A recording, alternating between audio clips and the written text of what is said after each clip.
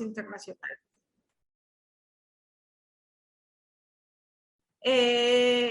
Se ha alejado y con ello pues ha cometido violaciones a derechos humanos en los términos del artículo 1 constitucional al no apegarse pues a las obligaciones que tiene de investigar, identificar y sancionar. Y esto ha generado pues también que la tasa de impunidad en estos delitos sea muy alta, ¿sí? Hay varios casos que han llegado ante la Corte Interamericana de Derechos Humanos, como es el caso Campo Algodonero, pero también tenemos ya desarrollada jurisprudencia de la Suprema Corte de Justicia de la Nación, como es el caso de Mariana Lima. Creo que en estas dos sentencias, en la sentencia de la Corte Interamericana y en la sentencia de la Suprema Corte que resuelve este caso, se evidencia claramente la falta de debida diligencia por parte de las autoridades mexicanas en la investigación y sanción, y pues bueno, da una serie de recomendaciones en las resoluciones que ha dictado en ambas.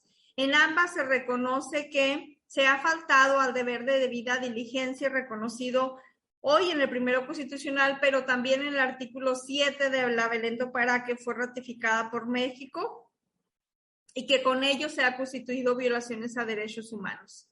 Se ha establecido la obligación de crear protocolos nacionales y estatales para la investigación de las muertes violentas de mujeres. Y con ello se busca garantizar que toda muerte violenta de mujeres sea investigada desde un principio como un feminicidio, ¿sí? Cumpliendo pues con estas obligaciones que tenemos, procesales, constitucionales que tenemos, y en materia de derechos humanos las autoridades en ningún momento pueden descartar una muerte violenta sin antes haberla investigado como un feminicidio, ¿no? Eso es lo que lo que aporta, pues, por ejemplo, la sentencia de Mariana Lima, y vemos mucho en la práctica que se cuestionan mucho estos feminicidios e inmediatamente a veces las autoridades, la primer tendencia en algunos casos, cuando no se da dentro del hogar, dentro del entorno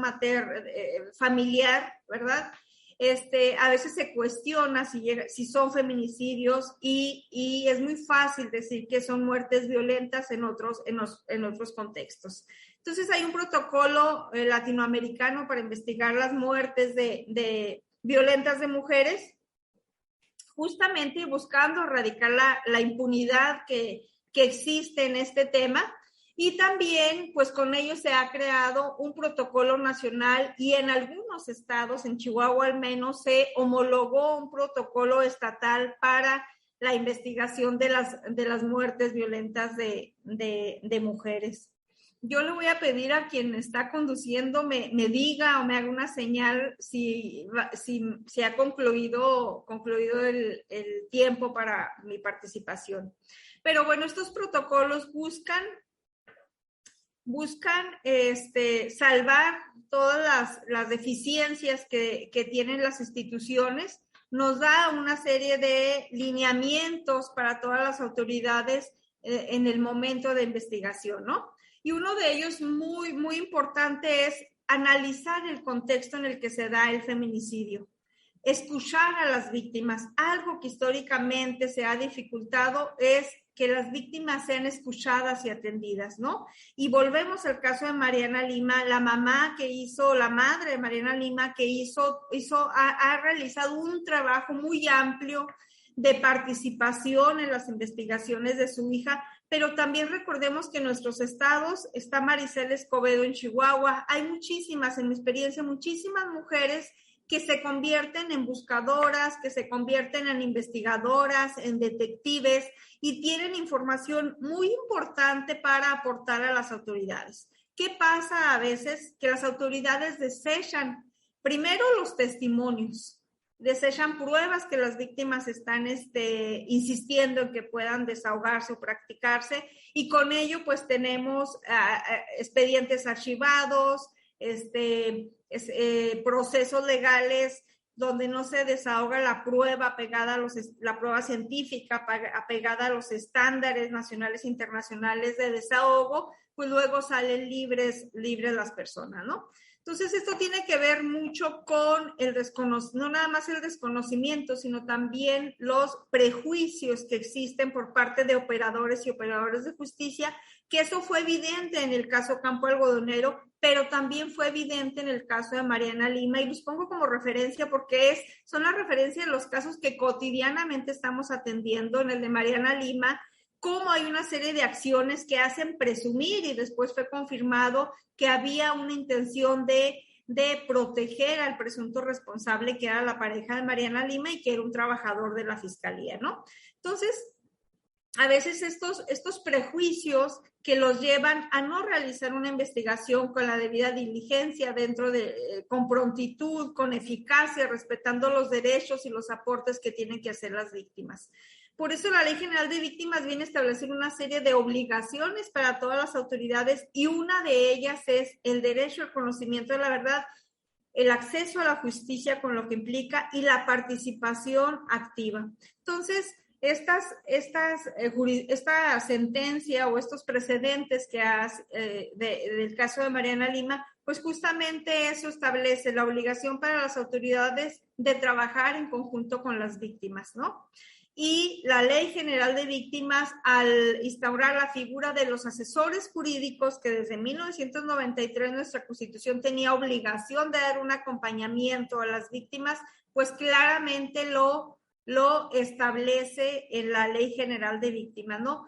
Y también establece una serie de derechos de las víctimas, no nada más ser asesorados, orientados y representados legalmente, sino también el prestar las medidas de ayuda, asistencia y atención para ir eliminando las consecuencias que ha dejado el delito o el hecho victimizante.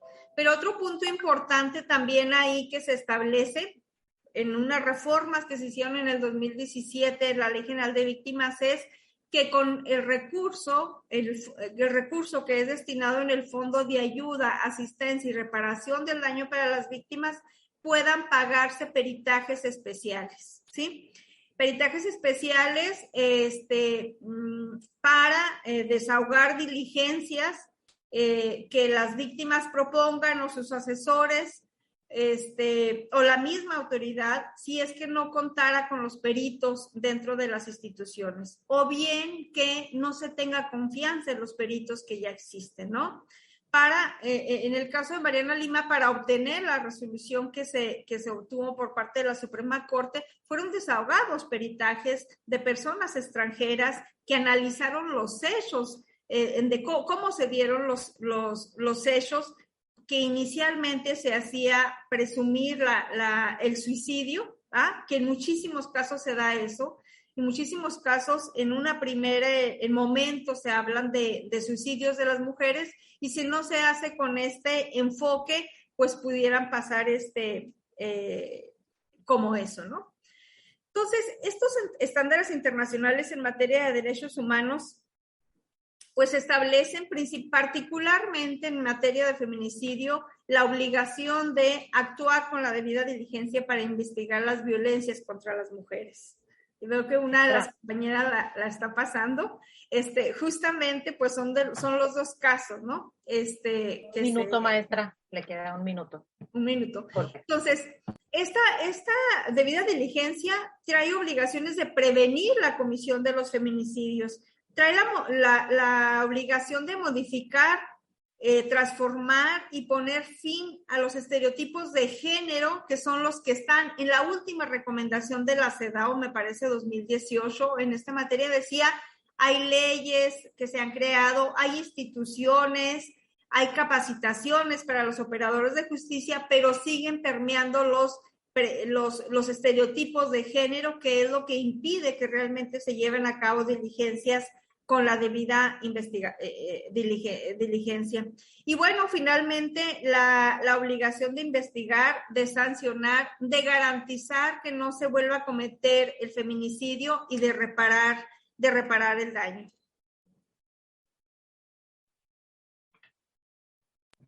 Muchas gracias, maestra, por esta primera parte. Y siguiendo con la participación, tenemos al doctor Luis Herrera, que nos está acompañando desde Guatemala.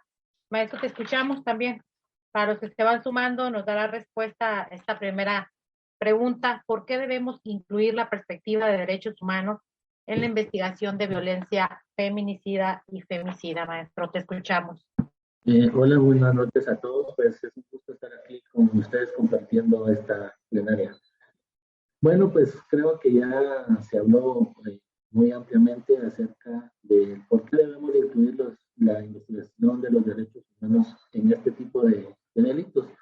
Y creo que estamos de acuerdo que es la obligación de investigar las violaciones de los delitos de los derechos humanos por el Estado, ¿no? Es importante. Doctor, discúlpanos, te escuchamos un poco con eco y retirado. No sé si te puedas a unir un poquito más a la cámara para poderte escuchar mejor. Ok, ¿se escucha mejor ahí? Sí, mejor. Ok. Le decía que la obligación de investigar graves violaciones a los derechos humanos es uno de los deberes del Estado, ¿verdad? Para garantizar la tutela de los derechos fundamentales de estas personas. Y esa es una obligación que ha sido reconocida, como muy bien lo dijo la maestra que me antecedió, en el texto de la Convención Americana de los Derechos Humanos, ¿verdad? Y que en las últimas décadas se ha avanzado en la determinación de los principios y obligaciones que derivan del deber de investigar diligentemente este tipo de violaciones a los derechos. Pero creo que aparte de la diligencia, la buena diligencia de este tipo de investigaciones, además es importante impulsar la sensibilización, el entendimiento, pero sobre todo el conocimiento de la existencia de estas herramientas para investigar la perspectiva de derechos humanos. Ya que para todos los operadores de justicia no es conocido en su totalidad la existencia de este tipo de herramientas para poder hacer este tipo de investigaciones. Pues más adelante les voy a comentar un poquito de un casito, si nos da tiempo así en la práctica, para poder ver que los que estamos en la práctica constantemente nos damos cuenta de que sí existe desconocimiento, a pesar de que existan las leyes, a pesar de que exista todos los convenios, cierto grupo aún que trabaja en el sistema de justicia desconoce totalmente este tipo de herramientas que son útiles para poder hacer una buena investigación. Y es por eso así que nace la obligación estatal de adecuar el derecho interno, ¿verdad?, de cada país al artículo 2 de la Convención Americana de Derechos Humanos, donde cada Estado es parte y asegura el ejercicio efectivo de estos derechos. Entonces, basados en esos principios de una buena investigación con buena diligencia, como dijo la maestra que hablaba anteriormente, estos principios en los cuales debe ser una investigación con oficiosidad, oportunidad, competencia, yo me atrevería a poner una génesis de los principios en los cuales debería ser el saber o el conocer, ¿verdad?, realmente qué existe la debida diligencia para poder hacer una buena investigación. Además, saber que existen estos principios para hacer una buena investigación y también saber que hay que involucrar estos principios y esta perspectiva en los protocolos para poder hacer una debida diligencia en una investigación. Entonces, perdón, ¿será que creo que está escuchándose como eco? Yo lo escucho un poquito lejos. A lo mejor es el micrófono o es como la distancia con la computadora. Ok. Entonces, el por qué incluirlos en la investigación de femicidio es porque debemos proteger a las mujeres de la violencia de género. ¿Verdad? Es un tema que usualmente es ignorado a nivel global. Y en América Latina existen las leyes que protegen a las mujeres, pero estas leyes a veces no son implementadas de forma uniforme, ¿verdad? La Convención de Belén afirma que las violaciones contra las mujeres constituyen una violación de sus derechos humanos y libertades fundamentales. Entonces, es por eso que es importantísimo enfocar este tipo de investigaciones bajo esta perspectiva de violaciones de derechos humanos para lograr una buena diligencia en este tipo de investigaciones. ¿Por qué digo esto? porque en este caso en particular estamos hablando de femicidio. Creo que es el punto final de la espiral de la violencia, del cual nosotros estamos involucrados en este tipo de delitos. ¿Por qué digo que es el punto final de la espiral de la violencia? Porque generalmente se han dado antecedentes previos que se han pasado desapercibidos y no se han podido determinar Doctor, de vulnerabilidad. qué pena, pero seguimos teniendo problemas para escucharte con claridad. Se corta mucho, no sé si a lo mejor pudieras hacer... ¿Será el internet? A lo mejor, ándale, si tienes audífonos. Bueno, vamos a ver, vamos a probar acá. Ya. ¿Me escuchan? Ahí sí. Listo, mejor. me resuelto. Muchas gracias. Bueno, entonces decía que es muy importante este tipo de enfoque para poder hacer un tipo de buena diligencia en la investigación. ¿Por qué digo esto? Les voy a hablar un poquito de lo que es Guatemala, ¿verdad? Según el Ministerio Público de Guatemala, la violencia contra la mujer es el delito más cometido y denunciado a nivel centroamericano, ¿verdad? La violencia contra las mujeres y niñas es una violación grave de los derechos humanos y el derecho de las mujeres de vivir sin violencia está recogido en los acuerdos internacionales que ya platicamos ampliamente con la maestra Villanueva. Pero tenemos datos del por qué nosotros tenemos que enfocarnos en estos. Les voy a hablar que según el Instituto Nacional de Ciencias Forenses de Guatemala, tiene un registro de un aumento de homicidios en el primer semestre de este año de un 63% de casos. Y la mayoría de estos fueron cometidos por heridas por arma de fuego. De igual manera, también tenemos un aumento para este 2022 de unos asesinatos de mujeres, específicamente en un 15.5% en comparación a los primeros meses del año pasado, del 2021. Entonces, las causas de muerte realizadas por INACIF, por el Instituto Nacional de Ciencias Forenses, durante este año, por mujeres, fueron 341 casos de lo que va del año, mientras que de enero a junio del año pasado fueron 295. Lo que hace un aumento de 46 mujeres más de lo que va del año. Entonces, si nos estamos dando cuenta, solo estos datos de un semestre comparativo del año pasado a este año, hay un número significativo de aumento de muertes de mujeres. Pero lamentablemente, como decía la maestra Villanueva, debido a la debilidad del sistema de justicia, más del 90% de los homicidios cometidos en el país quedan en impunidad. Ahora me llama la atención el saber que es debido a la debilidad del sistema judicial. ¿A qué debilidad nos estamos refiriendo en este sentido? ¿Será que es la debilidad de la investigación? ¿A la debilidad de aportar la prueba? ¿A debilidad de interpretación de la prueba? Etcétera, ¿verdad? Entonces, es ahí donde realmente entra lo que se llama la debida diligencia en la investigación, ¿verdad? Porque si no conocemos realmente una buena manera de investigar estos tipos de delitos apegados a derechos humanos, una investigación va a ser débil y por ende va a haber un aporte de prueba insuficiente o débil y por ende no se va a tener una buena aprobación e interpretación de la prueba y por ende va a haber más impunidad.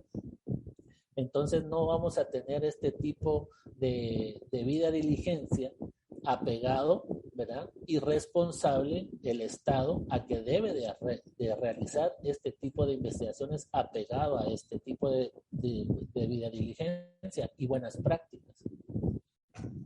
Y luego los mismos gobiernos tratan de invisibilizar este tipo de violencia, ¿verdad? Cuando realmente estaba viendo que hay una entrevista de un gobernador, un funcionario del gobierno, donde él dice que las estadísticas que reflejan sus estadísticas un descenso de los hechos delictivos y que hay una percepción de aumento, que lo que se ve solo es una percepción de un aumento de los crímenes y que esos datos realmente son utilizados inadecuadamente, o sea, tratando de invisibilizar este tipo de delitos, ¿verdad? Entonces no existe la debida diligencia en la investigación de casos de violación a los derechos humanos, porque se apegan únicamente a lo que enmarca el derecho.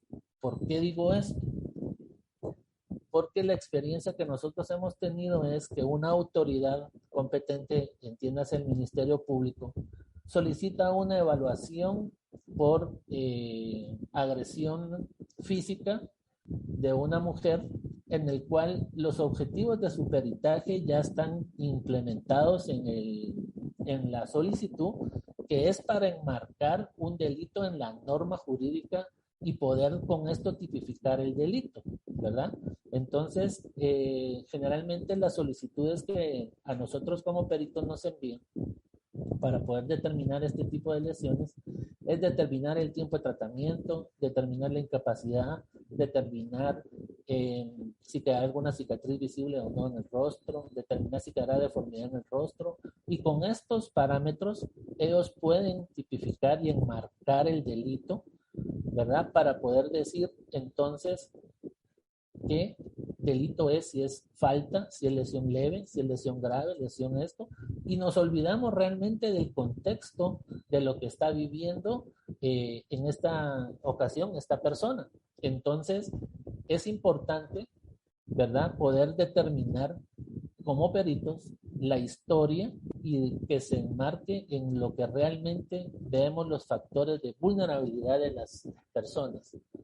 En este mismo caso, ¿verdad?, la historia que ella refería para poder ser evaluada, refería que el día de hoy, y eso se refiere a la fecha 10 de mayo del 2021, o sea, hace un año, ese día por la mañana aproximadamente a las 7 horas se encontraba en su casa cuando fue agredida nuevamente por su pareja, y a golpes en diferentes partes del cuerpo, aparentemente por celos, ya que ella estaba hablando por teléfono con su hermano y se molestó porque pensó que era otra persona. Pero se molestó aún más cuando le pedí dinero para comprar zapatos a mis hijos. O sea, si podemos ver esto, ver esta historia que ella relata en el momento de que llega para ser evaluada, ella refiere que fue agredida nuevamente por su pareja, que se molestó porque estaba hablando por teléfono, pensó que era otra persona y ella estaba hablando con su hermano, ¿verdad? Entonces, ahí empieza a caer en el marco de la burocracia estatal. ¿Por qué digo esto? Porque hay protocolos institucionalizados a los cuales debe de regirse el perito para que no tenga dificultad a la hora de exponer el caso en un debate. Si no se apega a los objetivos que solicita la autoridad competente, tiene que contestar ese tipo de objetivos, ¿verdad? Olvidando el contexto, olvidando todo lo demás para centrarlo únicamente y encuadrarlo en el delito.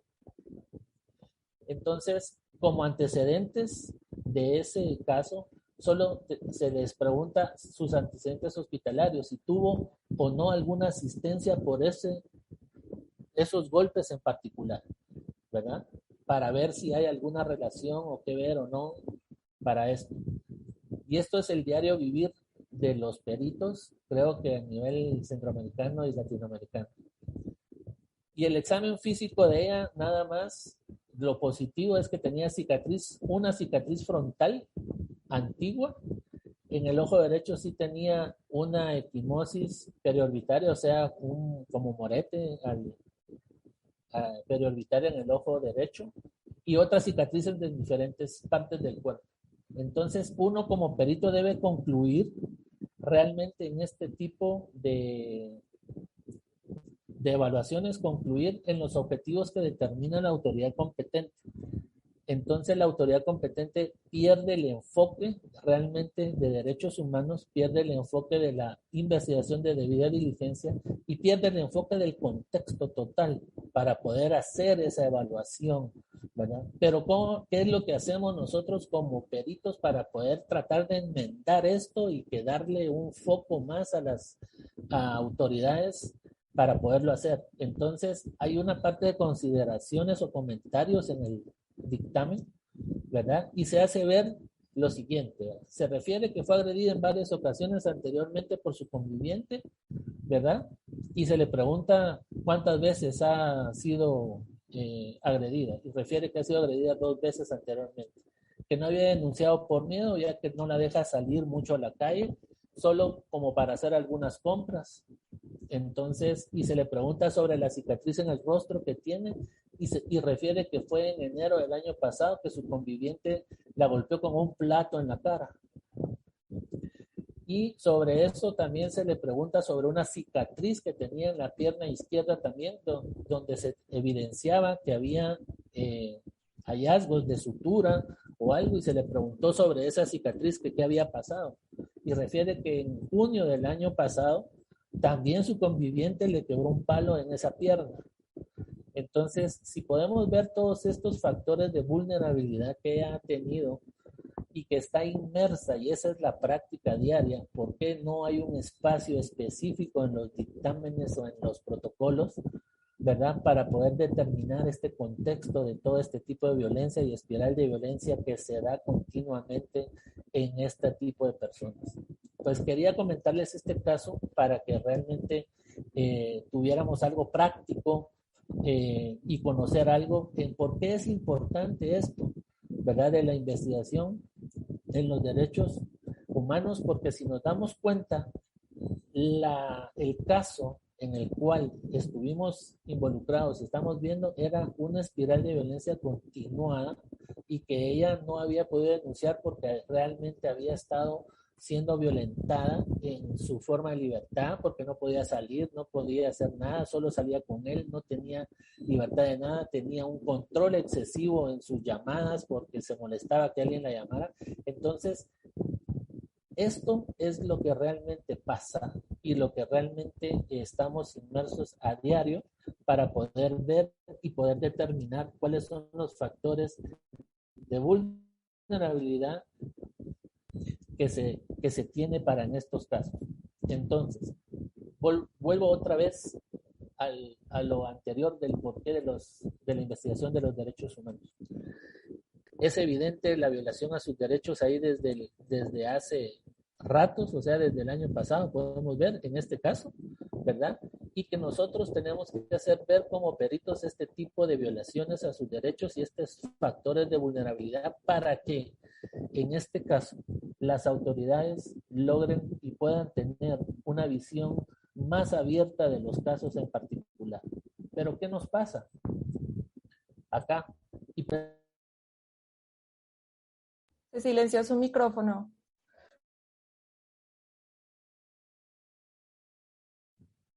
Ahora sí, perdón. ¿Y por qué pasa esto? ¿Y por qué les decía yo que me atrevería a decir que deben de implementarse estos en protocolos?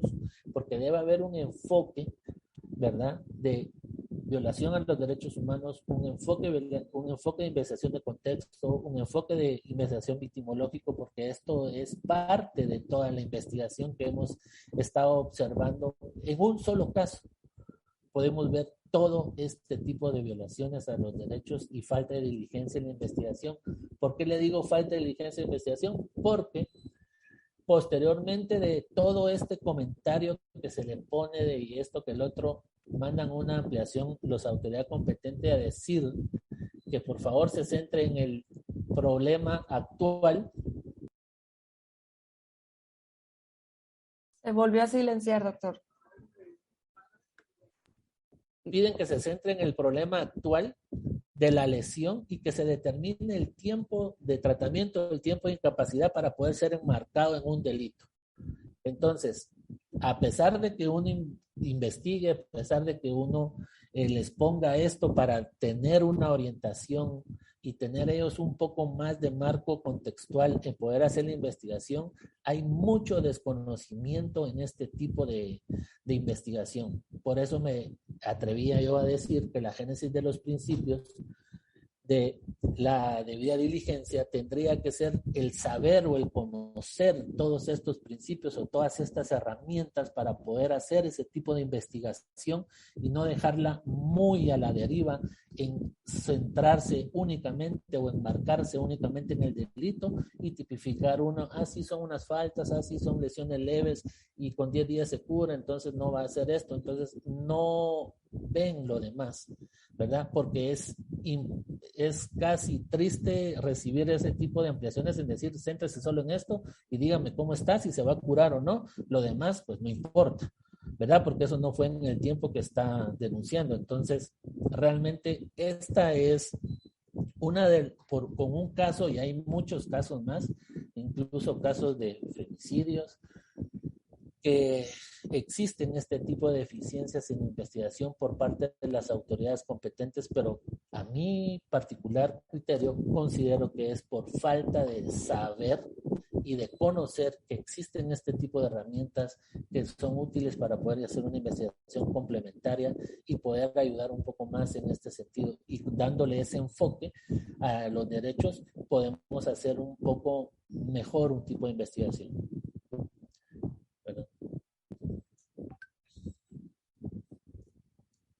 Muchas gracias, Luis. Comentarles, bueno, buenas tardes a todos y a todas.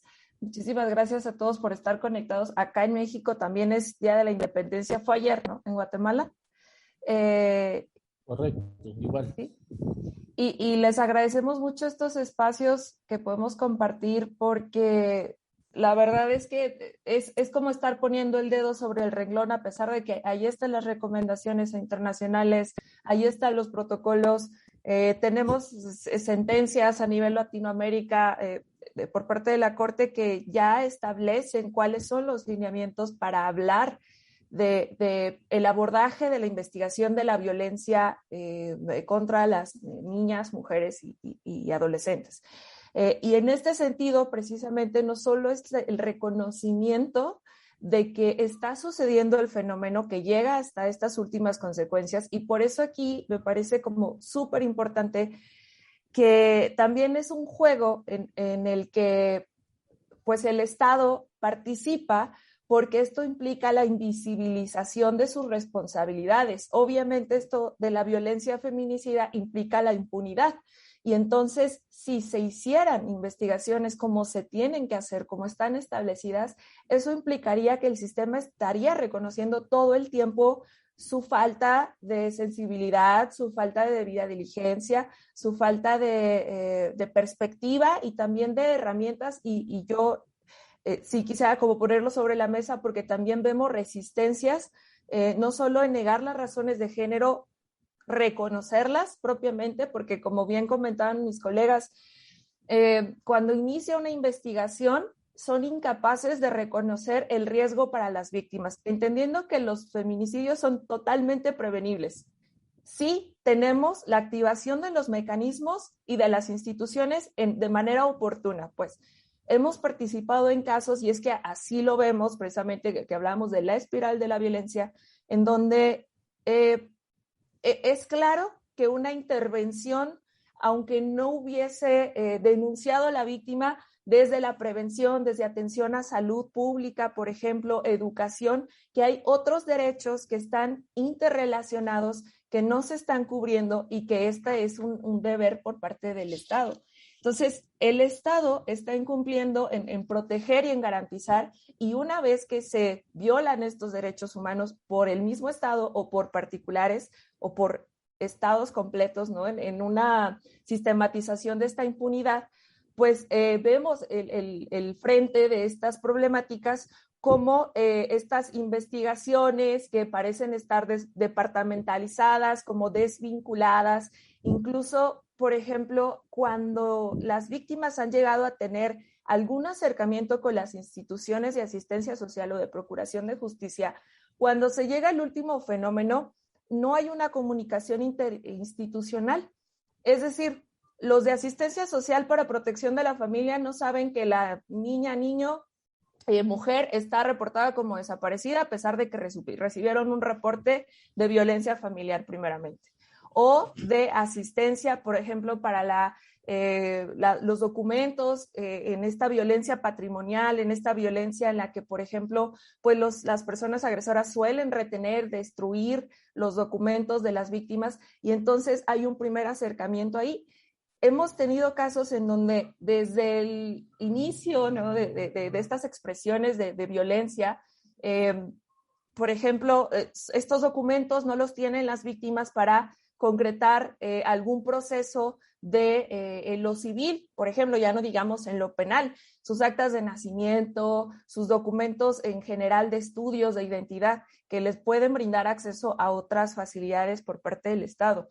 Desde aquí, en el momento en el que el Ministerio Público dice, ay, pero pues ¿por qué no va a sacar, pues ese documento se puede reemplazar, ¿no? O sea, nada más vaya al registro civil y pídalo. Pues sí, pero de nuevo, a costa de las víctimas, a costa del riesgo. O sea, hemos tenido casos, de igual forma, nosotros colaboramos particularmente con defensorías de oficio o defensas particulares, y ahí nos damos cuenta que han hecho acusaciones en donde claramente la evidencia está apuntando hacia otra persona responsable, que es una persona que debería haber estado en la línea básica de investigación, por lo que indican los protocolos, por lo que se tiene de información hasta el momento. Entonces, para mí es como esta falta de entendimiento, esta falta de voluntad y el reconocimiento de las herramientas que ya tenemos. Justo el Comité de la ONU lo ha mencionado ahora en su visita a México respecto al Comité contra las Desapariciones Forzadas, y siento que es otro gran problema. La violencia feminicida es la culminación, pero alrededor de eso hay muchas expresiones de violencia, y lo que hemos observado en Latinoamérica en los últimos años y que se agravó a partir de la pandemia, y justo por eso proponíamos este tema de crisis humanitaria, porque lo es, de muertes violentas de mujeres. La OMS, la ONU se pronunciaron al respecto para establecer que iba a haber un repunte importante en cuanto a la violencia hacia mujeres y niños, y que iba a haber una falta de respuesta por parte del Estado. Claramente en estas condiciones, incluso presupuestales, que se acotaron para las instancias de protección a víctimas, por ejemplo, los albergues, pues ahí vino a impactar directamente. ¿Y qué es lo que observamos en paralelo? Que también, pues para esto funciona un poco la estadística de la Procuración y Administración de Justicia, registrar la información que se tienen de hechos reportados por violencia familiar, por desapariciones, por sustracción de menores, y entonces empezar a hacer vinculación de casos en esta comunicación interinstitucional. Sin embargo, pues vemos como este trabajo totalmente desvinculado, como que se tienen agendas totalmente diferentes, como desde lo forense, incluso lo que comentaba el doctor Luis, es ¿por qué el psicólogo lo sientan? Bueno, le piden nada más, y aquí yo creo que, bueno, muchos de los que estamos acá somos investigadores y evaluadores forenses. Es bien difícil que te acepten una recomendación, ¿no? Como justo, oye, yo no puedo hacer este tipo de interpretaciones todavía porque me estás mandando a una sola persona a hacer la entrevista y se necesita una investigación, pero adivina qué, eso no me toca a mí, te toca a ti, Ministerio Público.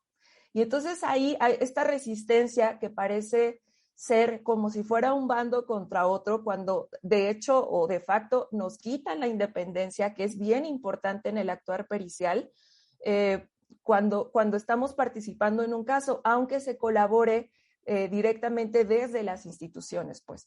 En este sentido, precisamente, pues hemos visto un incremento de desapariciones, un incremento de estos reportes, y que luego no son vinculados con los hallazgos en concreto de violencia feminicida, o bien que no conectan. Por ejemplo, cuando un caso ya llegó a estas instancias de ser feminicidio, no hay una revisión histórica que implica justo la debida diligencia, decir, oigan, ¿qué tal que esta persona ya había llegado al sistema antes? Porque es alguna cosa que tenemos que argumentar, que tenemos que descartar, porque eso es justo, pues, el reconocimiento de la impunidad por parte del Estado. Y entonces es, ¿qué falló? Porque la investigación no es nada más para sancionar, también es para prevenir. Entonces, si la investigación no está hecha con fines de garantizar el acceso de la justicia, garantizar la participación de las víctimas, que es un poco hacia donde queremos ir apuntando enseguida, pues no vamos, siento que estamos luchando contra corriente, pues y es justo también la carga que implica para los familiares de las personas víctimas, es el propio sistema que está colapsado, pues, en el tema de la investigación, los propios ministerios públicos que tienen muchísimos casos asignados y pocas oportunidades de abordar, de hecho, echarse un clavado. Nos ha tocado con la defensa trabajar, por ejemplo, en casos en donde, y esto ha sido denunciado también, sobre todo por las organizaciones de la sociedad civil en investigaciones periodísticas, de esta justicia arreglada para las víctimas. En particular, por ejemplo, al norte del país, acá en México, se hizo una investigación de como esta justicia negociada, le llamaban, sobre los feminicidios, que la fiscalía de este estado al norte del país estaba obligando, o bueno, un poco ahí empujando, como con el temor de, pues es que si no se da un acuerdo en este momento, quién sabe qué vayan a decidir los jueces al momento del juicio, usted ya tiene segura una condena si usted accede a este procedimiento abreviado, por ejemplo, y le decían a los familiares de las víctimas, es así como vámonos por lo seguro, porque lo que no están diciendo es no podemos argumentar y probar lo otro, la investigación es tan débil, los alcances de nuestra perspectiva no alcanzan a mostrar las razones de género, que esa es la argumentación para que el tribunal pueda decir esto es un feminicidio. Y entonces, como no alcanza, pues están agarrando esta puerta que es como la salida fácil, ¿no? Y esta salida fácil también se ha visto que está relacionada con casos que terminan en feminicidios cuando primeramente fueron como catalogados como violencia familiar. En esta incompetencia, en esta falta de incorporación de las herramientas, de análisis de contexto, de enfoque diferencial, de reconocer estas propias vulnerabilidades, de por qué este caso es diferente y por qué esta investigación va a aportar o va a impedir el acceso a la justicia de las víctimas en términos no solamente de reparación, una indemnización, sino de cómo garantizar que la perspectiva de las condiciones que llevaron a este crimen sea importante para poder trabajar en las políticas públicas de prevención y de atención. En un primer nivel, no estaríamos en este lugar o en esta posición si nuestras políticas públicas de prevención y atención trabajaran de manera adecuada y orquestada. Pues me gustaría leer un poco los comentarios que nos están compartiendo. Irving dice, y a veces ahí interviene la justicia por mano propia, pero en estos casos ahí sí viene toda la investigación, es un poco complejo. Y Juan nos comparte, hay dos problemas al respecto. Los nuevos protocolos de investigación y para juzgar de la Suprema Corte de Justicia los emiten en respuesta directa a recomendaciones y sentencias internacionales y se encuentran en ese nivel de observación y aplicación suprema del derecho, no al nivel de los usuarios y fiscalías, exactamente. Bueno, sí, porque luego es como de, y luego quién va y le explica, y luego quién va y capacita para que entiendan a incorporar estas herramientas y estas perspectivas, pues. No a nivel de los usuarios. Otro problema es el método clínico de dictaminar condiciones psicofísicas de las víctimas. Ajá, exacto, lo que se refería el doctor Luis, a las que están acostumbrados los fiscales. Exactamente, o sea, esta es la insistencia de la Corte Interamericana en no centrar los casos de graves violaciones a derechos humanos, que además por su naturaleza vamos a tener ciertas complicaciones para reunir, y esta es la aferración del sistema, porque no utilizan otras herramientas, la prueba directa, y lo hemos debatido en otros espacios, que se espera que, ok, muéstrame el moretón, muéstrame la lesión, y entonces si esto comprometió tu vida, sí, pero si no, no. Entonces, no hay una valoración integral de esto, a mi parecer, pues. Podemos continuar con la siguiente pregunta. Bien, ¿cómo podemos entonces lograr la participación de los familiares de las víctimas de femicidio o feminicidio para la reparación del daño? Maestra Irma.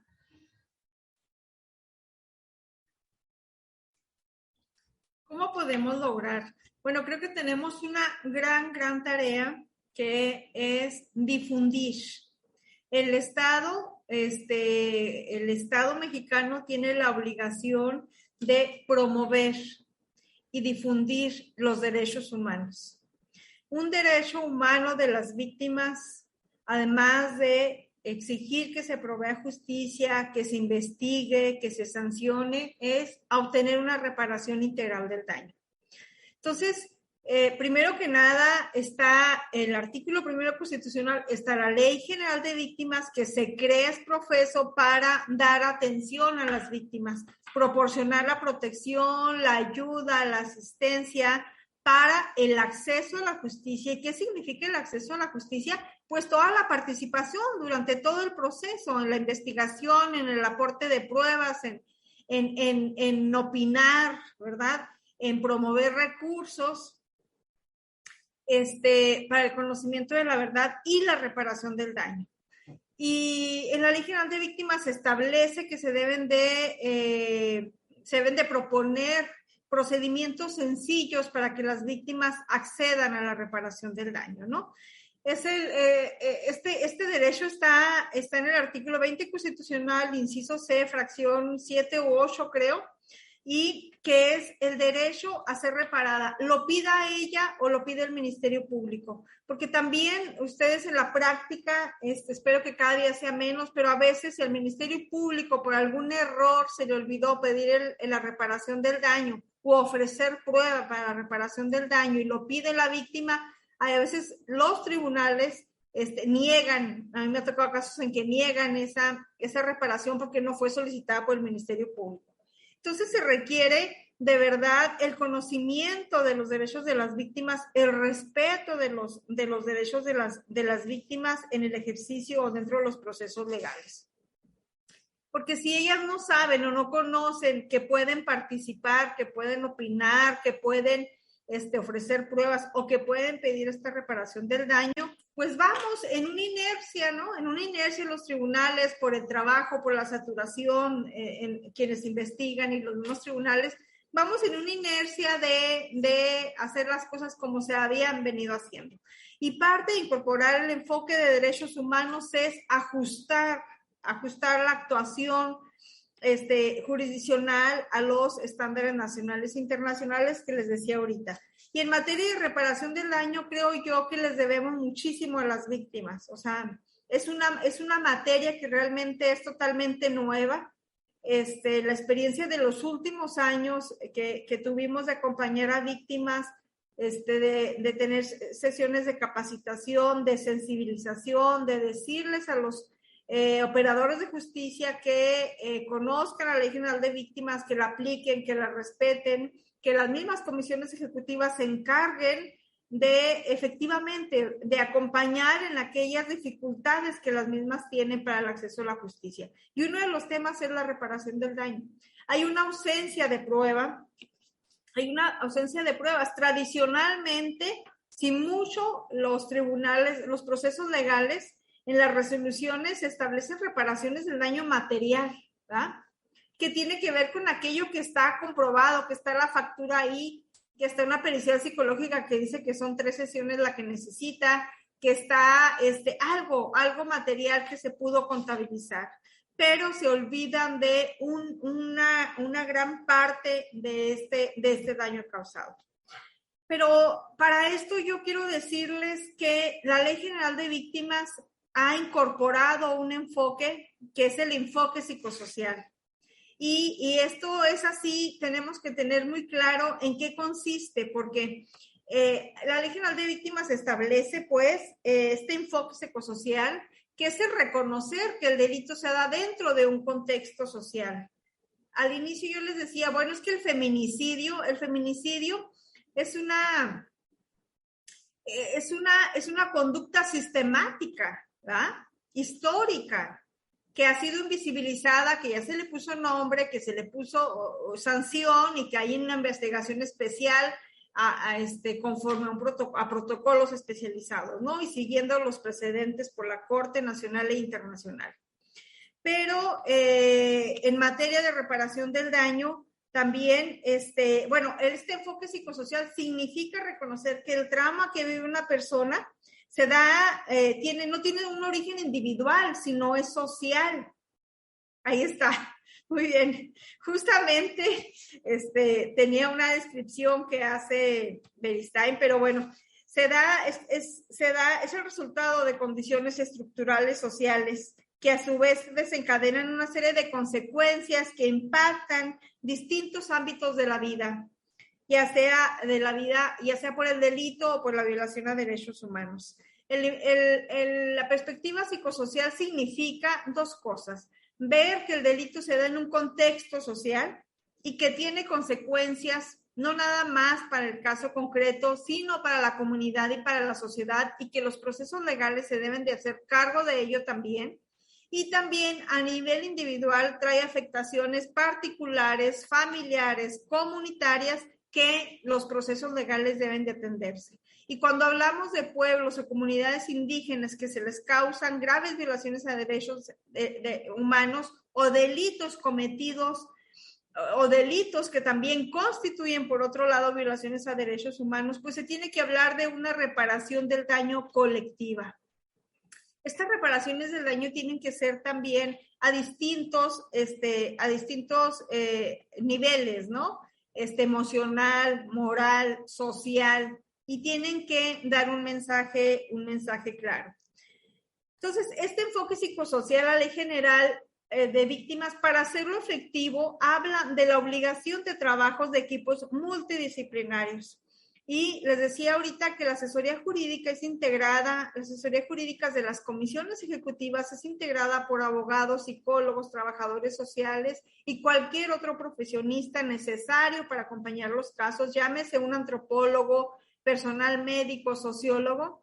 La finalidad que tiene no nada más es ir acompañando, sino ir visibilizando el daño sufrido y emitir dictámenes, dar opiniones al Ministerio Público o ante los tribunales del daño causado. ¿Quién más que los asesores y asesoras de las comisiones ejecutivas que acompañan los casos de cerca para ir colaborando con las otras instituciones para el aporte de pruebas? Entonces, es bien importante, nosotros hemos tenido en Chihuahua la experiencia de realización de informes o peritajes psicosociales, y donde participan varias disciplinas, no nada más a veces para acreditar el delito, sino particularmente para acreditar las afectaciones psicosociales que ha traído a la persona y a la comunidad. Entonces, es bien importante porque, bueno, este es un enfoque que se incorporó en la Ley General de Víctimas en el 2017 y hay que hacerlo efectivo. Y los derechos establecidos en la Ley General de Víctimas son de obligación para todas las autoridades dentro de los ámbitos de competencia. El problema es que no se conoce, que no se supervisa o poco se supervisa para que sea respetado. Pocas consecuencias hay a quien no respeta o garantiza estos derechos. Entonces, la Ley General de Víctimas justamente pues nos habla del derecho que tienen las víctimas a ser reparadas con varias características. Dice, las víctimas tienen derecho a ser reparadas de manera oportuna, ¿sí? Y esto tiene que ver con los procedimientos que se tienen que establecer para que en forma oportuna puedan recibir una reparación y no tengan que esperarse 5 o 10 años o más para una reparación. Tienen que ser reparadas en forma plena, diferenciada. No podemos aplicar una misma... No hay reparaciones de daño generales, no hay reparaciones de daño de formato. Tiene que ser de forma diferenciada porque tiene que impactar en transformar las condiciones negativas que deja el delito a las víctimas, ¿verdad? Del caso concreto, ¿no? Yo recuerdo hace 10 años, 12 años, creo que ya fue superado en Chihuahua, pero los informes psicológicos en las carpetas de investigación, todos decían que las víctimas necesitaban 10 sesiones, ¿no? Ojalá que no pase en ningún estado ya esto. 10 sesiones para una violación, para una violencia, 10 sesiones, no, o sea, tiene que ser diferenciada. Otra de las características es que tiene que ser transformadora, integral y efectiva. Cuando hablamos de transformadoras, hoy la Suprema Corte Internacional y justamente nacional, justamente en el caso de Campo Algodonero, habla de estas sentencias de convocación transformadora. ¿Qué significa eso? Que no nada más que tiene que transformar las condiciones de las víctimas directas o indirectas, sino tiene que transformar las realidades sociales que están generando que se den estos feminicidios, hablando de feminicidio, que se den las violencias de género, los feminicidios. Estas resoluciones tienen que alcanzar a eso, tienen que alcanzar a otros niveles. El Poder Judicial siempre creo que tiene una responsabilidad grande porque de actuar con la debida diligencia, de reparar los daños con estas características que nos da la Ley General de Víctimas, los estándares internacionales, y tiene que ir más allá de la imposición de una sanción y de la imposición de una pena pecuniaria o de una reparación monetaria. Tiene que ir con exhortos, con recomendaciones, con mandatos a otras autoridades también, ¿no? Y debe ser efectiva e integral. Debe de cumplir con ciertos elementos. La Ley General de Víctimas, que nace o que retoma los estándares de la Corte Interamericana de Derechos Humanos, nos habla de que debe cumplir esta reparación del daño varios elementos, que debe de ser la restitución, la rehabilitación, la compensación, la satisfacción y las garantías de no repetición, ¿no? En sus dimensiones, como les decía ahorita, individual, colectiva, material, moral y simbólica. Y quiero poner algunos ejemplos nada más de esto y también decirles ahorita, que no se me pase, que uno de los objetivos de las comisiones ejecutivas de atención a víctimas es tener fondos de ayuda, asistencia y reparación, porque también desde 85, los 90, se dicen que los estados deben de reparar las violaciones a derechos humanos cuando, y deben de reparar, y hay una violación a derechos humanos cuando no provee una justicia completa, plena, cuando no garantiza el acceso a la justicia, y también cuando las personas o los habitantes ciudadanos de un país no tienen capacidad económica para reparar los daños, lo tiene que hacer el Estado, ¿no? Para cumplir cabalmente con esta obligación del acceso a la justicia para las mujeres. Entonces, yo les digo, les invito a imaginarnos, porque a veces es muy difícil. Algo que yo aprendí desde que empecé a acompañar a las víctimas de estos delitos es que nadie sabemos cómo hacerlo, o no sabíamos cómo hacerlo cuando empezamos a pedir las reparaciones del daño. Entonces hay que ser creativos y hay que ser atinados. Ya ahorita, afortunadamente, hay muchas resoluciones, la misma Corte nos da alineamientos y nos dice la forma de establecer estas reparaciones del daño. El primer elemento de las reparaciones habla de la restitución, que es el restituir los derechos vulnerados a la persona víctima. Pero en los casos de feminicidio, ¿cómo puede restituir estos derechos? Bueno, pues con una investigación, una sanción y una reparación del daño, ¿no? Puedes de alguna forma restituir el derecho vulnerado, ¿verdad? Porque es imposible recuperar la vida de la mujer. Habla de rehabilitación, de las medidas de rehabilitación médica, psicológica, pero también económica. ¿Cuántas madres, por andar buscando a sus hijas, por andar buscando justicia para sus hijas, sus proyectos de vida, abandonan sus trabajos, su pequeño negocito se les cae, su entrada económica pasa a segundo término para exigir justicia? Tiene que haber rehabilitación, y no nada más psicológica o física o médica, sino económica. Tienen que recuperar el proyecto de vida o lo más parecido a lo que lo tenían antes de la comisión del delito. Habla efectivamente de una compensación económica, una indemnización económica, que se debe de hacer cargo de dos cuestiones. El daño material, que es aquello lo más fácil de probar, el daño material. ¿Cuántas facturas tienes? ¿Qué gastos hiciste? Etcétera, etcétera, y llevarlos al expediente. Lo difícil y el reto, y aquí es donde nos debemos enfocar, es el daño moral, ¿sí? Ese daño que es inmaterial, es que no es económico, sino que es el daño, el sufrimiento que tuvieron las víctimas a partir de la comisión de ese delito, ¿no? Y aquí en el daño moral, bueno, ¿qué se requiere? Realmente ofrecer pruebas, las pruebas idóneas o las pruebas pertinentes para acreditar cómo ha afectado en sus sentimientos, en su proyecto de vida, en su salud, más allá de lo que se pueda probar materialmente. Y ese es el gran reto. Y para eso, pues, se requiere profesionistas que estén capacitados, que puedan desahogar las pruebas que necesita el Ministerio Público para pedir la reparación del daño o los tribunales en un momento para cuantificarlas, ¿sí? Y la satisfacción y garantías de no repetición. La satisfacción tiene que ver con el cumplimiento, pues, de apegarse a los procesos legales establecidos en la ley, ¿verdad?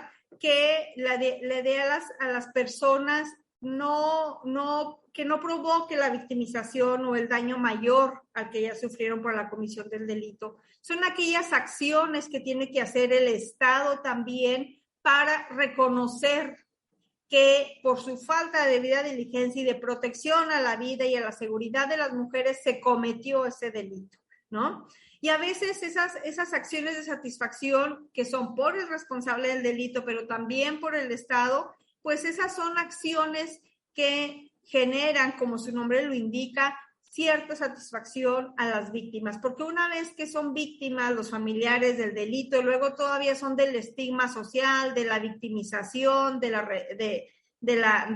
daño que sufren cuando no se les cree, cuando no se les escucha, cuando se les criminaliza. Y entonces estas acciones de decir, reconocemos que en el contexto que tenemos en nuestro país permite que se cometan estos delitos, discúlpeme, lo siento mucho, ¿no? Ellas necesitan sentirse seguras en el entorno social, como se encontraban antes de la comisión del delito. Y las garantías de no repetición, estas tienen que ver más con el hacer o no hacer por parte de las autoridades. Las garantías de no repetición son todas aquellas acciones que deben de prender las distintas autoridades que tienen relación directamente con las condiciones que existen y que permitió que se generara el delito, ¿no? Aquellas autoridades que son las directamente responsables de los altos índices de impunidad, las responsables de que la calle esté oscura o la colonia no tenga electricidad y que eso hace que se cometan determinados delitos, que no se castigue, que no se investigue y se castigue a las personas que agreden sexualmente, a quienes cometen feminicidios, pues eso es generar impunidad y también generar una percepción de permisibilidad para estas conductas. Dos minutos, maestra. Gracias, son los elementos, y yo lo que quiero decirles, justamente la sentencia de Campo Algodonero, en el caso de feminicidio, reconoce todas estas deficiencias del Estado, reconoce que el feminicidio se da en un contexto de violencia de Estado en contra de las mujeres, sí, que es una violación a derechos humanos reconocidos en los instrumentos internacionales, que no se trata de casos aislados, esporádicos o episodios de violencia, sino de una situación estructural y de un fenómeno social y cultural enraizado en las costumbres y mentalidades, y que estas situaciones causan discriminación por género. Y también habla por primera vez, les decía, de esta repercusión de la reparación integral, ¿sí? Que tiene que el Estado realizar todas las acciones que sean necesarias para la eliminación de los efectos o las consecuencias por los feminicidios, pero también a nivel social, teniendo en cuenta que la discriminación, dice la Corte, en el caso Campo Algodonero, es una situación de discriminación estructural en la que se enmarcan los hechos ocurridos, y las reparaciones deben de tener una vocación transformadora de dicha situación, de tal forma que las mismas tengan un efecto no solo restitutivo, sino también correctivo. Esta visión permitirá la justicia para todas las mujeres víctimas de violencia. Cuando hablamos de reparaciones con vocación transformadora, es que no nada más se provee y repare el caso concreto, sino que se restablezcan las condiciones que generaron o que están generando que se cometa el feminicidio. Entonces la reflexión es, el Estado lo está logrando, está avanzando en generar condiciones de seguridad para las mujeres. Realmente las garantías de no repetición las ha cumplido a partir de la sentencia Campo Algodonero. Entonces, ya para finalizar, lo único que yo les diría es, quienes tenemos oportunidad de cruzarnos en la vida de las víctimas, es informarlas, acompañarlas, asesorarlas, si somos peritos, si somos abogados, o sea, ayudarles a... Fíjense bien, mi experiencia es, las víctimas te dicen qué es lo que necesitan. Las víctimas te van a decir cuál es el daño causado y las víctimas te dicen cómo se sentirían restauradas. En los últimos años que trabajamos con víctimas, pudimos, en la Comisión Ejecutiva de Chihuahua, pudimos dictar resoluciones apegadas a estos estándares internacionales. Por eso les puedo decir que es muy viable, se requiere formación, capacitación, y yo quitaría la palabra de voluntad. Sí se habla mucho de voluntad, no, se requiere que cumplan con la ley, que cumplan con la ley las autoridades, con el primero constitucional y con lo que se establece en la Ley General de Víctimas, ni más ni menos. No debe ser a voluntad, no debe ser a si quieren, y que se impongan sanciones para cuando pues se incumple con ello. Entonces, una de las formas de acercarnos a reparaciones es escuchar a las víctimas, cómo se sentirían reparadas, y luego ellas te van diciendo cómo se sentirían reparadas. Colocar y visibilizar una placa que restablezca la dignidad de la mujer que fue víctima de feminicidio en X lugar, ¿no? Una disculpa pública, una cruz donde ella falleció, una esquela publicada en medios de comunicación, etcétera. Ellas van diciendo, por eso es diferenciada la reparación del daño. Debe de ser acorde al daño causado, acorde a las necesidades y escuchando siempre a las personas que llamamos víctimas, que son las que sufrieron o resintieron ese delito. Y entonces también pues tenemos que ser profesionistas de diferentes disciplinas, muy creativos para esta información que tienen las víctimas, este sufrimiento y este daño, tenemos que aportárselos a través de una prueba ante los tribunales, porque si no, a veces los tribunales tienen razón cuando dicen, no me diste elementos, o sea, ¿cómo voy a hacer yo para probar? Y bueno, un tips que les doy yo siempre a los abogados y abogadas es, si ya el procedimiento está muy adelantado, está casi ante los tribunales y es imposible ofrecer prueba científica, ahí hay dos formas para hacerlo, y en eso tienen que ir avanzando los jueces.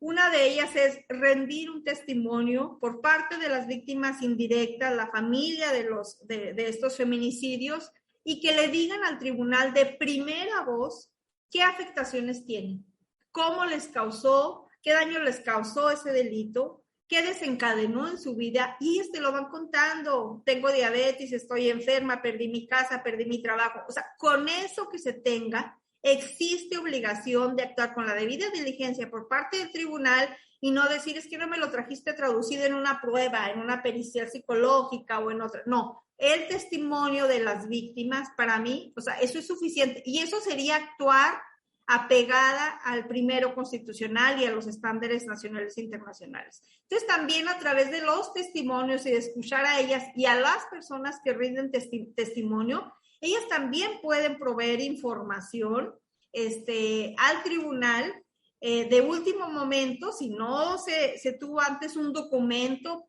para aportar esta información, con el testimonio sería suficiente para que establezcan reparaciones integrales, materiales, considerando el daño material y sobre todo el daño moral.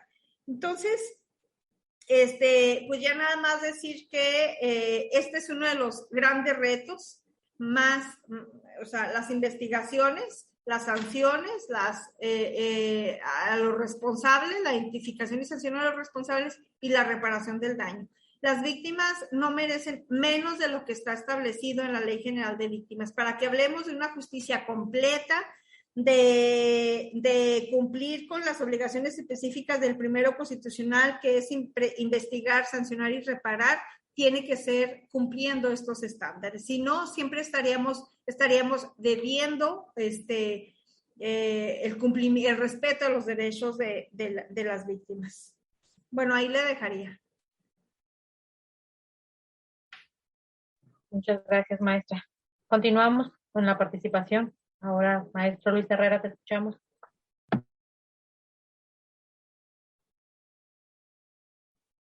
Está desactivado el micrófono, doctor. Creo que muy ampliamente ya la maestra Listo. Villanueva explicó muy bien la reparación del daño. Creo que como involucrados en las investigaciones de este tipo de delitos, pues tenemos un papel muy importante en hacer ver, primero, dar a conocer que existe la reparación del daño en los diferentes delitos, ¿verdad? También tenemos que saber que la Convención Americana establece la protección, ¿verdad? Y ordena la reparación que se determina cuando se ha cometido un delito de un delito y con violación a sus derechos humanos, y está consagrada en esta misma Convención Americana de sus Derechos Humanos. Es por ello que esta misma convención establece que debe repararse no solo a las víctimas, sino también a sus familiares. Y surge ahí para el Estado la obligación de reparar el daño causado. Esto es lo más importante que nosotros debemos de conocer para poder dar una guía hacia las víctimas en diferentes partes, como dijo la maestra, donde actuemos, ya sea como psicólogos, médicos, abogados, para poder dar a conocer que existe esta herramienta de reparación del daño para poder contribuir a el bienestar de la víctima. Les voy a comentar un caso de Guatemala, en la cual la Corte Interamericana igual tuvo una sanción contra el Estado de Guatemala, que es el caso de María Isabel Vélez Franco. Este caso de María Isabel Vélez Franco también se pudo evidenciar la falta de diligencia, de la debida diligencia en la investigación en todo el caso, ¿verdad? Y a la vez se pudo determinar deficiencias en determinados puntos específicos, ¿verdad? Como en la investigación desde la misma escena del crimen, en la poca diligencia que se realizó para realizar dicha investigación.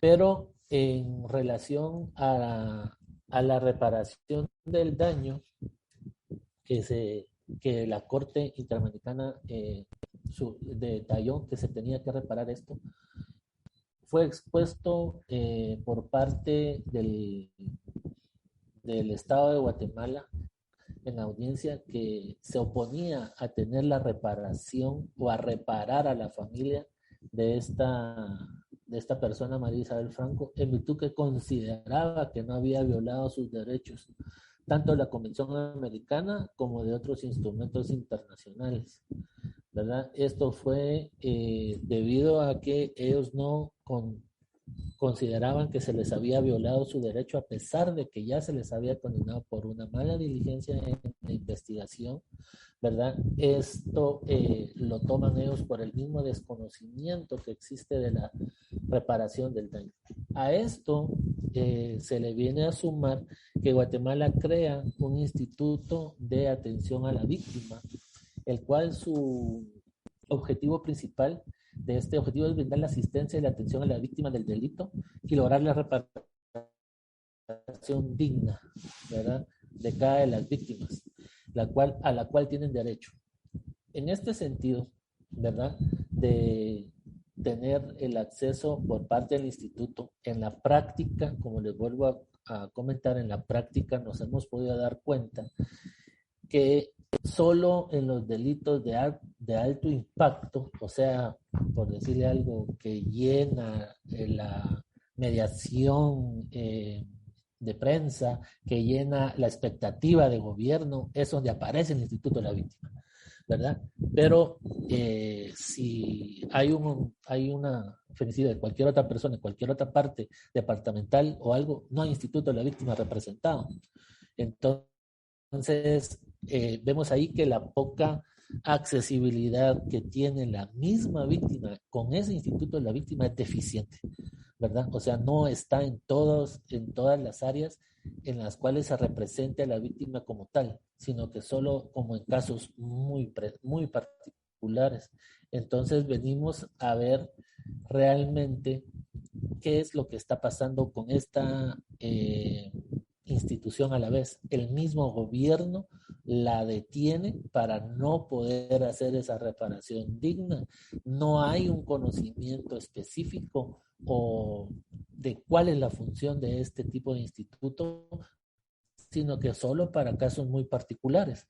Entonces es ahí donde nos vemos nuevamente y nos damos cuenta que si no conocemos primero qué herramientas tenemos, qué situaciones podemos realizar para minimizar esto, vamos a seguir inmersos, arraigados en la impunidad aún.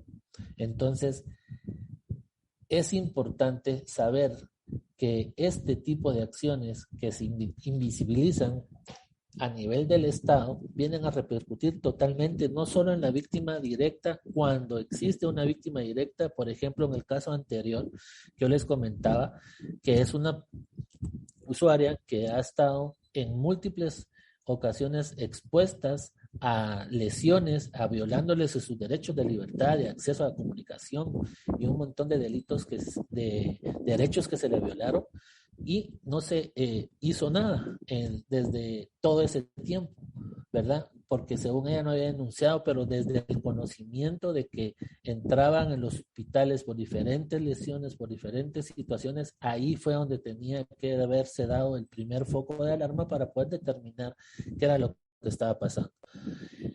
Y pues lamentablemente en el caso anterior que les comenté, ¿verdad? Y como les decía yo que el femicidio era el último como escalón de la espiral de violencia, lamentablemente en el caso anterior que yo les comenté, pues llegó a esto, a un femicidio, ¿verdad? Ya no se hizo la denuncia, se le evaluó y todo, no se le dejó de evaluar, de darle la protección necesaria, de aislarla, sacarla del foco de violencia donde él estaba, y paró en un femicidio, que venimos a darnos cuenta posteriormente porque realmente llegó nuevamente este delito con nosotros y lo relacionamos nuevamente con los casos anteriores. Entonces es donde nos podemos dar cuenta realmente que falta mucho para preparar y para hacer todo esto de enfoque de derechos humanos, para poder determinar y de tomar ese foco inicial y tomar esa alarma para poder determinar qué hacer. Posteriormente a la reparación de este delito, a reparación a la víctima, ya cuando, como dijo la maestra Villanueva anteriormente, ya muerta no se puede restablecer, pero existen las víctimas directas también o colaterales, que son sus familias, ¿verdad? Y toda esta actividad y todo no se llevó a cabo en ningún momento. Entonces se olvidó totalmente la reparación hacia los familiares, en los cuales ellos también estaban involucrados, ¿verdad? Para poderlos tener. Porque si se recuerdan del caso, era una madre en el cual tenía hijos, pero que eran de otra pareja igual, y solo era de un hijo que tenía en común con ella. Entonces, ¿qué pasa con esos niños que se quedaron ahí dentro del supuesto hogar que les brindaban? Entonces, todas esas falencias que tiene este sistema en el momento de no poder brindar un aporte y una garantía, seguimiento, de poder darle este tipo de acciones a las víctimas, viene a determinar realmente que no se tenga una reparación digna en estos casos para este tipo de casos, ¿verdad? Y lo principal, que son las medidas que estas representaciones consideran pertinentes implementar, es lo que hablaba la maestra anteriormente, las garantías de no repetición del acto. Esas garantías no se vieron, no se observaron en ese caso en particular, ¿verdad? Y tampoco se hizo una investigación, juzgamiento y sanción a los responsables del hecho teniéndolos para poder hacer una reparación digna hacia por lo menos a los familiares que quedaban, para poder determinar en este caso qué se podía hacer, para poder decir si existió una reparación en este caso o no existió una reparación en este caso. Entonces, desde la práctica que nosotros estamos teniendo y estamos viendo, es importante saber, conocer que existen estas herramientas para poder brindar una asesoría a las víctimas y poder decirles en su momento.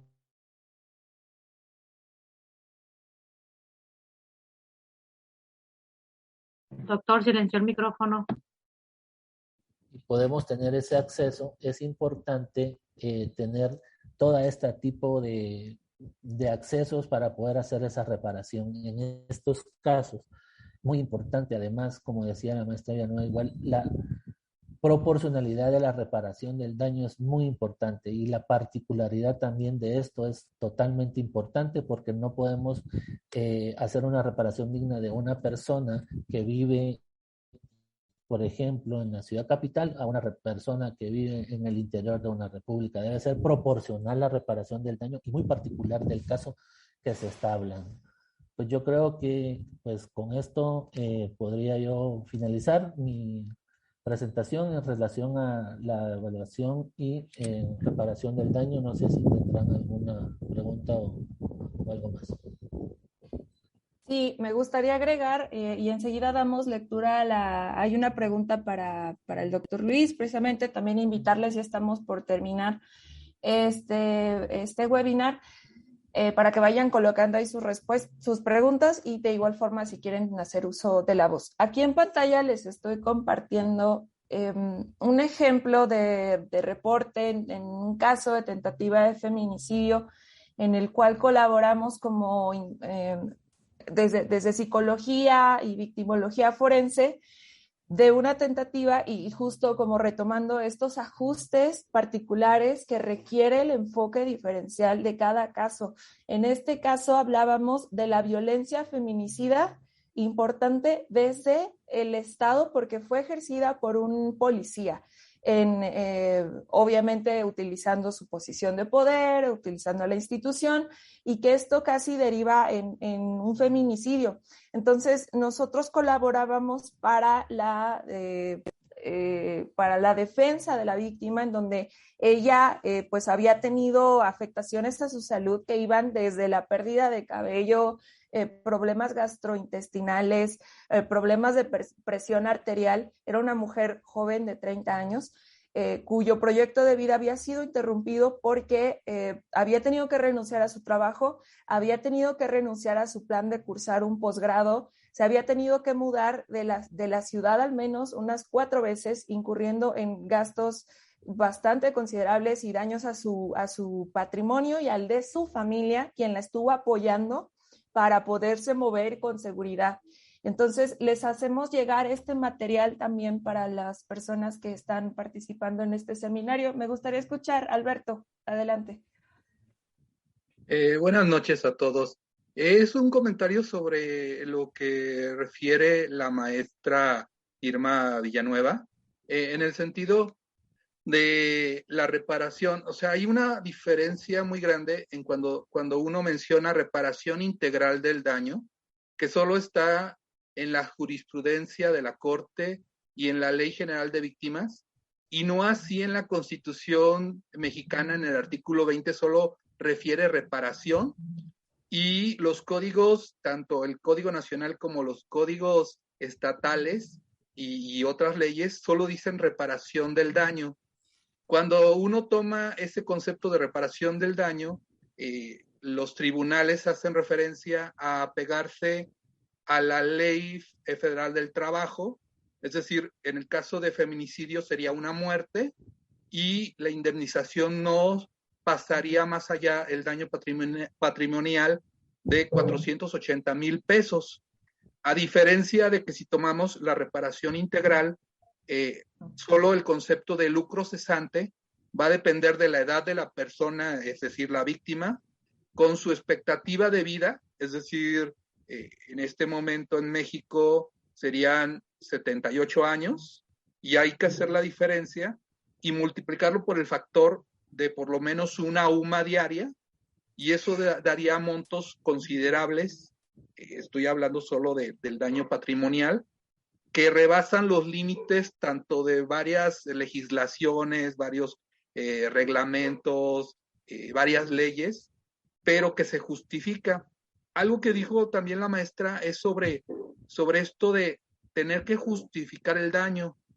Hay también jurisprudencia de la Suprema Corte donde dice que si muere una persona no se tiene que comprobar más que la relación familiar, es decir, en un grado, ya sea cónyuge, hijos o padres, para no necesitar comprobar más, o sea, no necesitamos hacer tantas periciales, porque la relación de una muerte de un familiar por un hecho ilícito, ya sea un delito o una cuestión de derechos humanos, pues nos daría montos considerables, bastante considerables, que servirían mucho a estas víctimas indirectas de un feminicidio.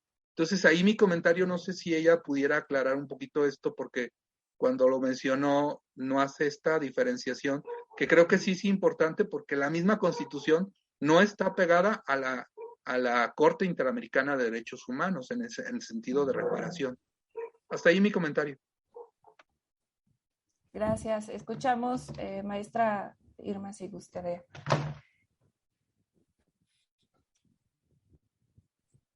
Bueno, recordemos que la reforma, justamente la reforma de la que yo les hablaba en materia de derechos humanos de junio del 2011, lo que trae es la obligatoriedad para todas las autoridades mexicanas dentro del ámbito de su competencia, el respetar los convenios y tratados internacionales signados por México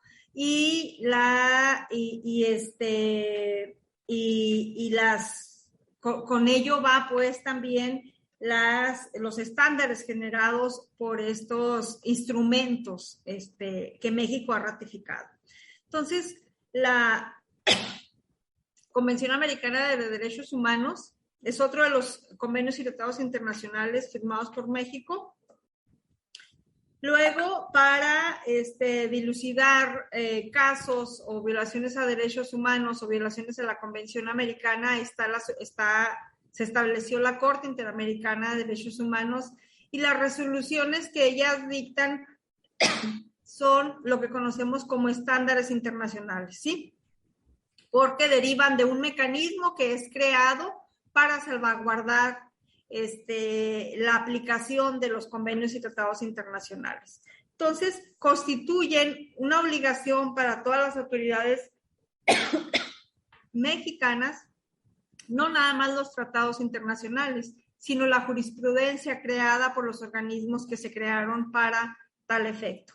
Y con ello tenemos pues las jurisprudencias de los casos que fueron resueltos por la Corte Interamericana.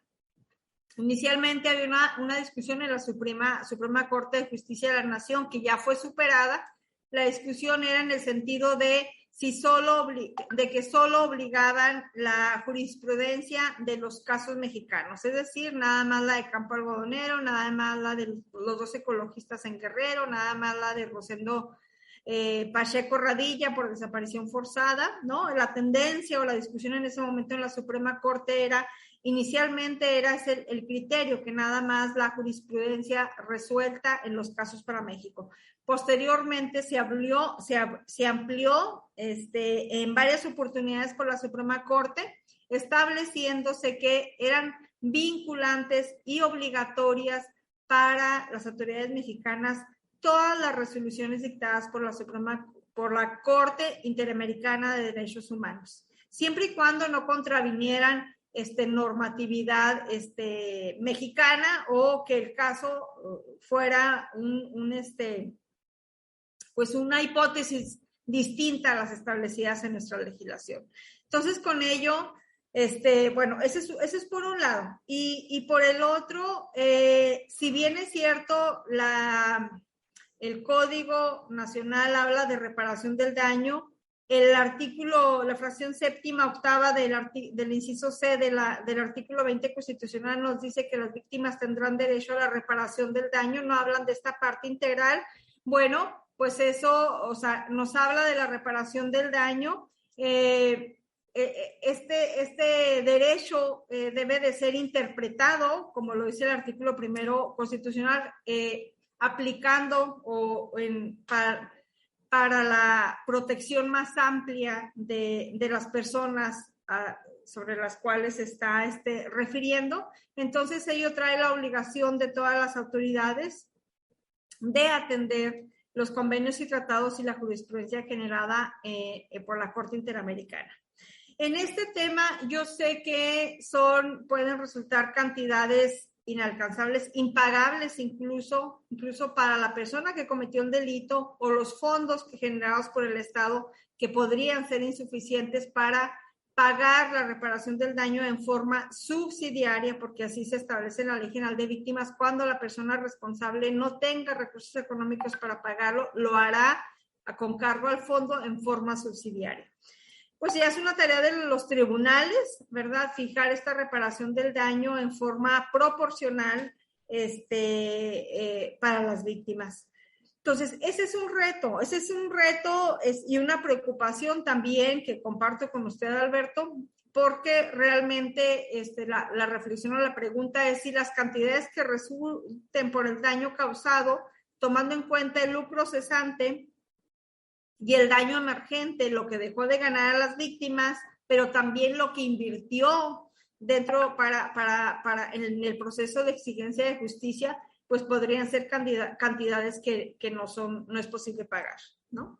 Entonces, es un tema que estaría en discusión. No hay discusión en la obligatoriedad de las autoridades mexicanas de aplicar los estándares nacionales e internacionales en los casos concretos, ¿no? Eso lo dice el artículo primero desde el momento que son norma suprema la Constitución y los convenios y tratados internacionales ratificados por México. Entonces, forman parte del bloque constitucional o que obliga a las autoridades mexicanas. Con estas reflexiones que yo le hacía.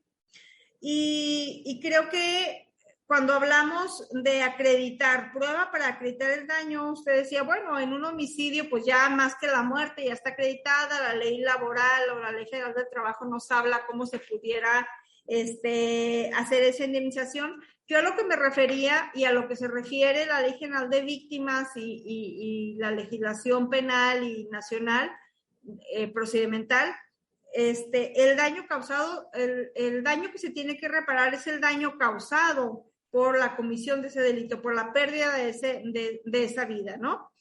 Y entonces en algunos casos no nada más es la pérdida, sino lo que desencadena ese daño, ¿sí? Desencadena daños, pérdida de trabajo de las víctimas indirectas, que son las familiares o los hijos de la víctima, pérdida de la escuela, abandonaron la escuela porque no tenían recursos económicos o por la situación emocional en la que se encontraban, tuvieron que cambiar de domicilio.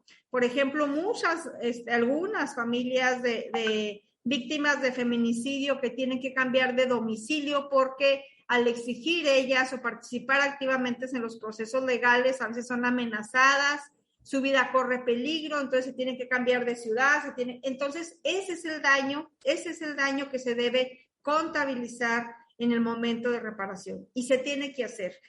Hay una obligación de visibilizar y contabilizar. Si después los fondos que se tienen de atención a víctimas no son suficientes para hacer eso, se hará alguna reparación subsidiaria en forma proporcional y de acuerdo a las posibilidades que se tenga el Estado. Pero lo que sí se debe visibilizar es la obligación de reparar esos daños.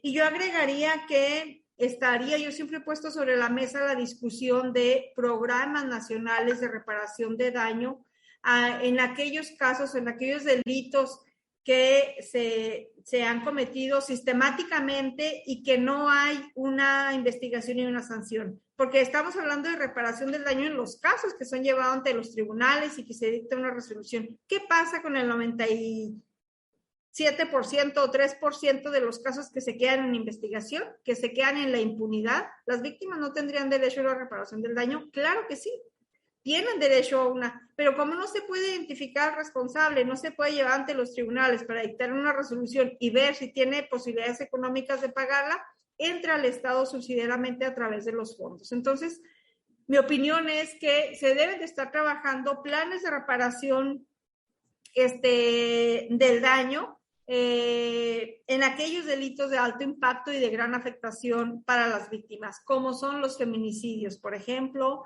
o los homicidios también, programas generales, porque es atender a los niños y niñas que quedaron huérfanos, como son las desapariciones forzadas también, que esos dejan a las familias no nada más en una situación económica deteriorada, sino con enfermedades por la situación de estrés y los gastos que tienen que estar generándose. Entonces, pues hoy por lo pronto los casos que tengamos ante los tribunales, no hay cómo las autoridades digan que no aplican una reparación del daño, ¿no?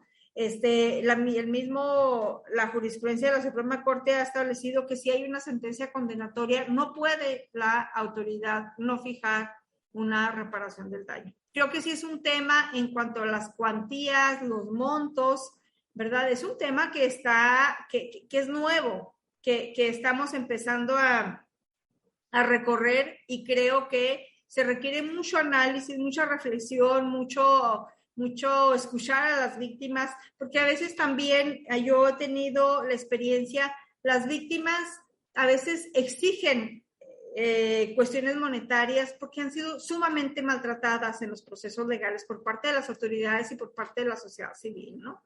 Entonces, a veces se ha monetarizado las reparaciones del daño, pero no nada más es una cuestión monetaria, es una cuestión de respeto a la dignidad de las personas, de las víctimas, un trato digno, un trato con la debida diligencia, etcétera, etcétera, de tal forma que las cantidades monetarias que se fijen pues sean un complemento de toda esta reparación que el Estado proporcionó, que tiene que ver mucho centrar en la dignidad de las personas este acompañamiento en los procesos legales. Muchas gracias, maestra. También compartir esta pregunta para el doctor Herrera. Dice, ¿los protocolos que usan son de conocimiento público? Porque, por ejemplo, los protocolos de psicología dicen de ser de uso interno, esto para poder utilizarse en las investigaciones, ya que si no se pueden conocer los protocolos, ¿cómo poder también establecer que se cumple con la debida diligencia y herramientas de investigación enmarcadas en el contexto de derechos humanos por parte de las instituciones? Y por otro lado, sí es importante un enfoque transdisciplinar en la investigación que permita sobrepasar esa departamentalización que hoy por hoy se da. Le escuchamos, doctor. Está desactivado el micrófono. Listo. Gracias. En relación a la primera pregunta, si los protocolos son de dominio público, son protocolos institucionalizados y que no son de dominio público, son únicamente exclusivos de utilización para las diferentes instituciones que participamos en el sistema de justicia. Al referir cómo podemos involucrar este tipo de actividad de enfoque hacia los derechos humanos, considero que debe haber una unión, ¿verdad?, que debe haber entre las diferentes instituciones que participamos en el sistema de justicia para poder crear un protocolo apegado a la investigación de los derechos humanos y al contexto de cada uno de los delitos. ¿A qué me refiero con esto? A que el Ministerio Público, quien es la mayor autoridad competente solicitante de pericias, es el que debe de crear el protocolo con ese tipo de enfoque para no enmarcar, como lo comentaba anteriormente, únicamente enmarcarlo en el delito y tipificar el delito, sino que tiene que ir un poco más allá de esto. A esto me refiero que debe de tener esa socialización disciplinaria e interinstitucional para poder crear un protocolo apegado a este tipo de derechos y poder crear un protocolo específico para cada uno de los delitos que en estos casos estamos determinadamente inmersos a la hora de hacer la investigación. ¿Por qué? Porque el Ministerio Público tiene lo que yo les comenté anteriormente de cómo ellos necesitan el dictamen para poder decir si enmarca o no enmarca en este delito. Y ahí es todo. Entonces, si nosotros como médicos forenses nos enmarcamos únicamente y exclusivamente en lo que ellos solicitan, entonces nosotros nos quedaríamos cortos en este tipo de investigación, que era lo que yo les comentaba anteriormente, en el espacio de consideraciones o de comentarios, en donde trata uno de ampliar y poder dar este enfoque de violación a los derechos humanos y de determinar los múltiples factores de vulnerabilidad que tienen estas víctimas para poderle dar esa visión al ente investigador y que con ello lo tome para poder ser una herramienta más para poder utilizar en su investigación. Entonces, considero que la comunicación interinstitucional como la asociación interinstitucional debe de ser desde la cabeza de cada una de las instituciones, ¿verdad? Para poder hacer este tipo de protocolos. Si no me dejarán mentir, los ministerios públicos conocen estos tipos de protocolos, pero lamentablemente se va dirigido a ciertos grupos especiales, por ejemplo, la Fiscalía de Femicidio. Solo la Fiscalía de Femicidio va a este tipo de casos, a este tipo de pláticas, a este tipo de lo demás, pero se olvidan que hay también fiscalías municipales, fiscalías distritales, que también tienen este tipo de delitos y a ellos no se les da ese tipo de capacitación o por lo menos socializar este tipo de información. Entonces nos quedamos nuevamente otra vez en ese atraso de no conocer esas herramientas para poder ser utilizadas en el proceso de investigación. Por lo cual, a mi opinión, es muy importante la participación interinstitucional de cada una de estas instituciones para poder lograr un protocolo adecuado en una investigación apegado a los derechos humanos para poder guiar una investigación con una debida diligencia. Muchas gracias, doctor. Pues invitarles a todos y a todas a que continúen sintonizando estos espacios. La verdad, estamos muy contentos de poder contar con profesionistas de esta talla, también de esta experiencia, porque nos da una pauta bien clara de hacia dónde tenemos que ir apuntando. Vamos a hacer lectura ya nada más de los reconocimientos de las personas que nos han acompañado el día de hoy. Les agradecemos a todos y a todas por esta, por esta sesión, la verdad, tan provechosa. El Instituto de Ciencia Aplicada otorga el presente reconocimiento al doctor Luis Arturo Herrera por esta participación, este espacio y estos conocimientos que nos brinda. Muchísimas gracias. Y de igual forma entregamos el reconocimiento, se los haremos llegar a sus correos electrónicos, a los facilitadores, a la maestra Irma Villanueva, que también ya nos ha acompañado en otros espacios. Muchísimas gracias por compartirnos tanto. Les agradecemos a todos y a todas. No sé si quisieran agregar, les escuchamos finalmente.